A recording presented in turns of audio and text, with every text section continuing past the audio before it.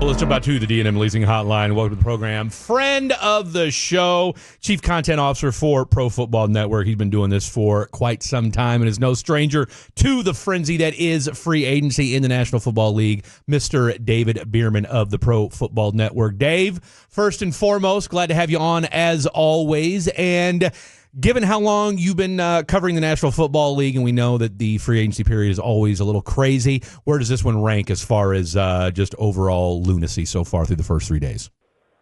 Well, I think the way you got to look at it, and thanks for having me on as always, is it started a little earlier than normal, right, and therefore we're paying the price for it right now where it's slowed down. When you look at Friday night, you had a trade with Geno Smith. Sunday, you had a trade with DK Metcalf and Devontae Adams. Now, Granted, it's not free agency, so to speak, but those trades were made because of free agency with the new year starting at 4 o'clock today. So really, in terms of covering this event, it started Friday. You had a big thing on Sunday with 2 trades and Josh Allen's restructure of his contract. Mm-hmm. And then Monday from noon to about 4 was pretty crazy as expected. Since then, quite honestly, it's died down. We've had trickle here and trickle there. You know, I've had an army of guys on call to work this event, and we started to move on and started doing draft prep and stuff because it's slowed to a crawl. Kind of surprising, and maybe it's because the talent pool this year, which we knew heading in, wasn't as big as other years, and maybe it's because the salary cap has increased to the point where these teams don't have to get rid of their players, and guys that you would have thought were going to be on the top of your list all re-signed before this started. So you have a lot of guys like T. Higgins off the board. Trey Smith. Khalil Mack re-signed right when it started. So you had guys that you thought were going to be available that weren't, and then the ones that signed, like Chris Godwin re-signed within an hour of it starting. Josh Sweat was our number 1 free agent. He got signed by another team in Arizona, but that was off the board early. All of a sudden, the other guys, like 2, 3, and 4, all re-signed. David, when you look at the Dallas Cowboys, obviously they've been going towards the bottom of the barrel as far as price goes and kind of the people they're going for. Do you like their formula? Is there any positives out of the kind of guys that they're getting, former first-round picks, and hoping that their staff can pull out the upside in them?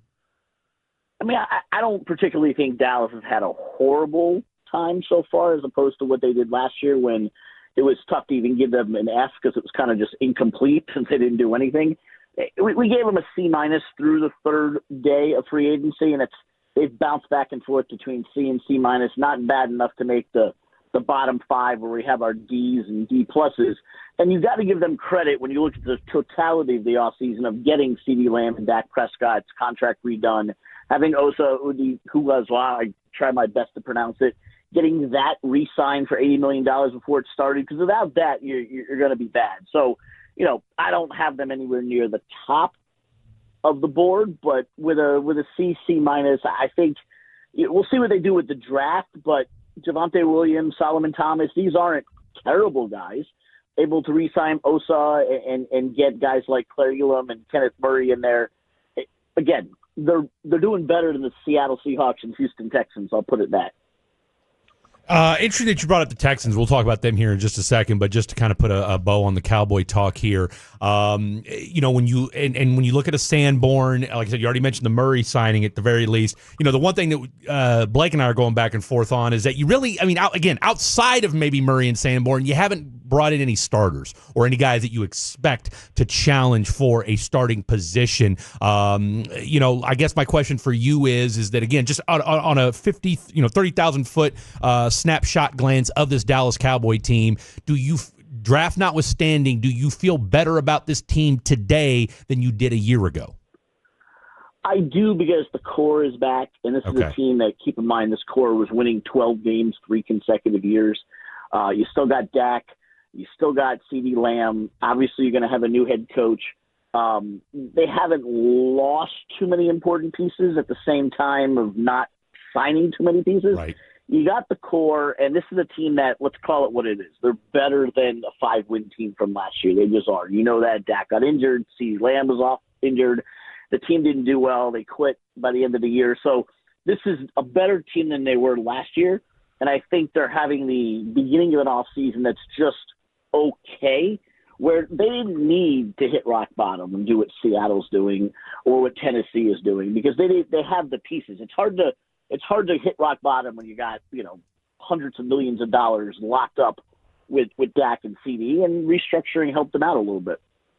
David, when you look at the Dallas Cowboys, do you think they are done? We talked about right now that the quantity, they've gotten a bunch of different guys. What position from the guys that are still available and knowing how the Cowboys do business, do you see them going out and getting some more free agents? Is there anybody you're hearing they're linked to and kind of should be going forward? I haven't heard anything specifically that they're linked to, and you look at the names out there. Listen, if they're locked in on getting a running back in the first round, and that's what they're doing, if not, I wouldn't put it past them to go get a Raheem Mostert to go in there and battle at running back with, them coming in and signing Javonte Williams. Those are two veterans that could battle. It's the formula the Dolphins used for the last couple of years. There's really not much left on the board, and if it's not Raheem Mostert, maybe it's a J.K. Dobbins, unless, of course, you're going the route of running back in the draft, which is what we assume they're going to do based on that. You have guys like Kyler Lockett and Keenan Allen out there, but those don't really move the needle. You can get them on a 1 or 2 year deal. Stephon Diggs coming off injury. So there are veteran wide receivers out there. It's just the names aren't great, and I think they're pretty much done with what they needed to do. And they made some trades today too. So. No, they certainly did. You got the Kaiir Elam deal done. You got the Murray deal done as well from Tennessee. Look, they love going after first-round picks that didn't pan out at their last place, and, they're willing to take a stab on them, and maybe they'll get, Zach Bond lucky. I don't think anybody's holding their breath as far as that goes, because, again, at the very least, you replenish the bottom of your roster, so you at least feel a little bit better about that. Cooper Kupp was a name that we were hearing tied to the Cowboys earlier. Then Jane Slater came out and said, I don't think that's the case. What are you hearing as far as Cooper Kupp, and where do you see him ending up when you consider for a guy that, again, 4 years ago was one of the best wide receivers in the NFL, but has been injury plagued for the last 3 seasons? I think if I were going to pick a sleeper team, and this is not necessarily based on any info, just in terms of a fit, there's a team out there that has spent a lot of money and they still have a lot of money left. So if you're going to go ahead and spend $10 or $12 million on a 1 or 2 year deal for a guy that when healthy, he's one of the best receivers of all time, but you also know that it's a risk, you need to have money to be able to do that. It's hard to spend $10, $12 million, take a risk, and it not pan out. Yeah. I would look at the New England Patriots. Okay. It's a team that has a young quarterback with young receivers that does not have a real good veteran presence at the receiver position.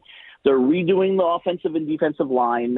They're one of the teams that we have rated as doing well in free agency. They're rated an A- right now.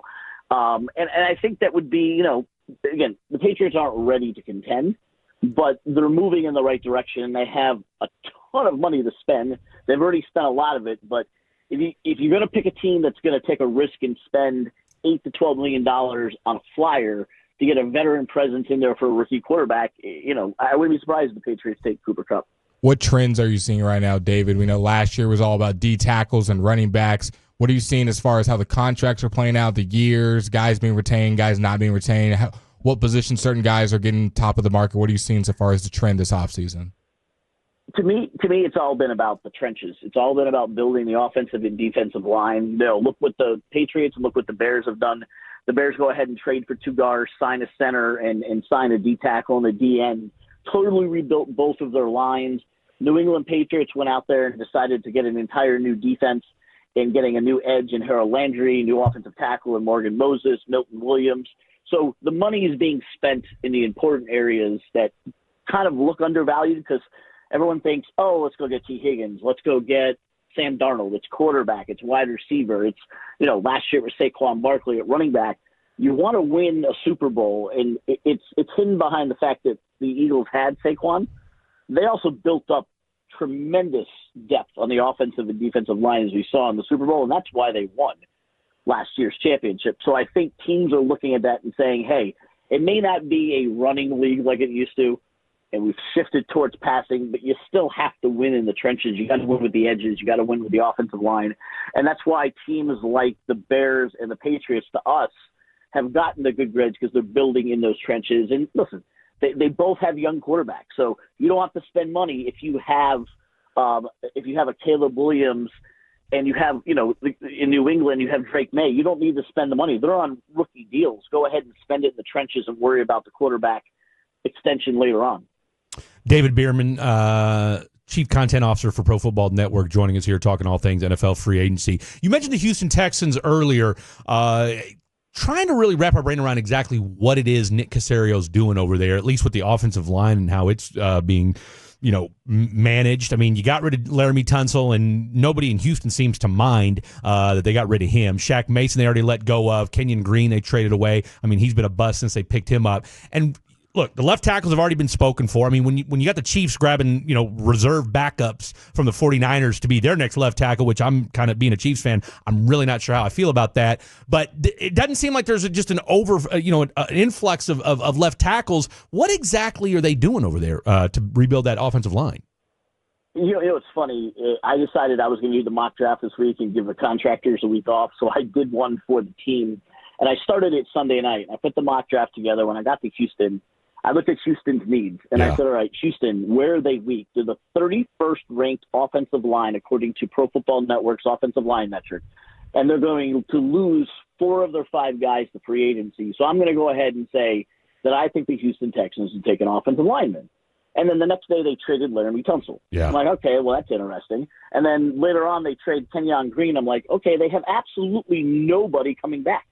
Legitimately have lost their entire offensive line. And I tell my kid this all the time. If you don't know, say you don't know. Guys, I have no idea what the heck the Houston Texans are doing. I just don't, because the one thing you don't want to do is take that really, really good young quarterback and let him get his butt kicked left and right because you have nobody to protect him. Trust me, I see it in Miami all the time. Well, and Houston's already ruined one quarterback doing that, so I guess they figure, hell, why not do another one?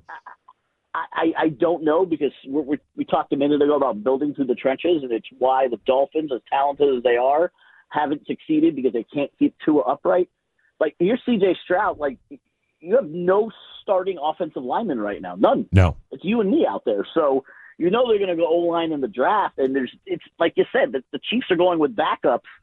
Who are the Houston Texans going to get? And, I don't get it. They traded Christian Kirk to give up some money. You thought they were going to go get an offensive lineman. Yeah. And listen, the trades haven't been bad. That's the only reason that has kept Houston from being one of our bottom 5 grades.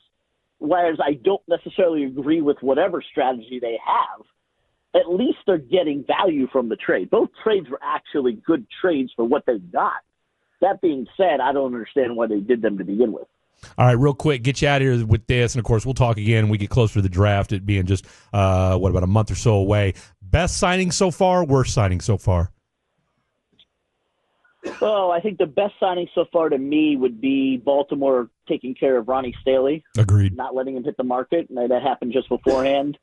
The worst signing so far, and I know I gave them a good grade for being good, but I think New England spent a little bit too much money on Milton Williams. I thought that was kind of high. He's good. Okay. But I wouldn't have spent that dough. So fair enough. That's where I'll go with no time to think about it. That's where I'll go. I love it. I love it. Tell the folks at home that are looking for NFL, whether it be draft, free agency, or just NFL news as a whole, where they can find Mr. David Bearman at on the X's, and where they can find the website at.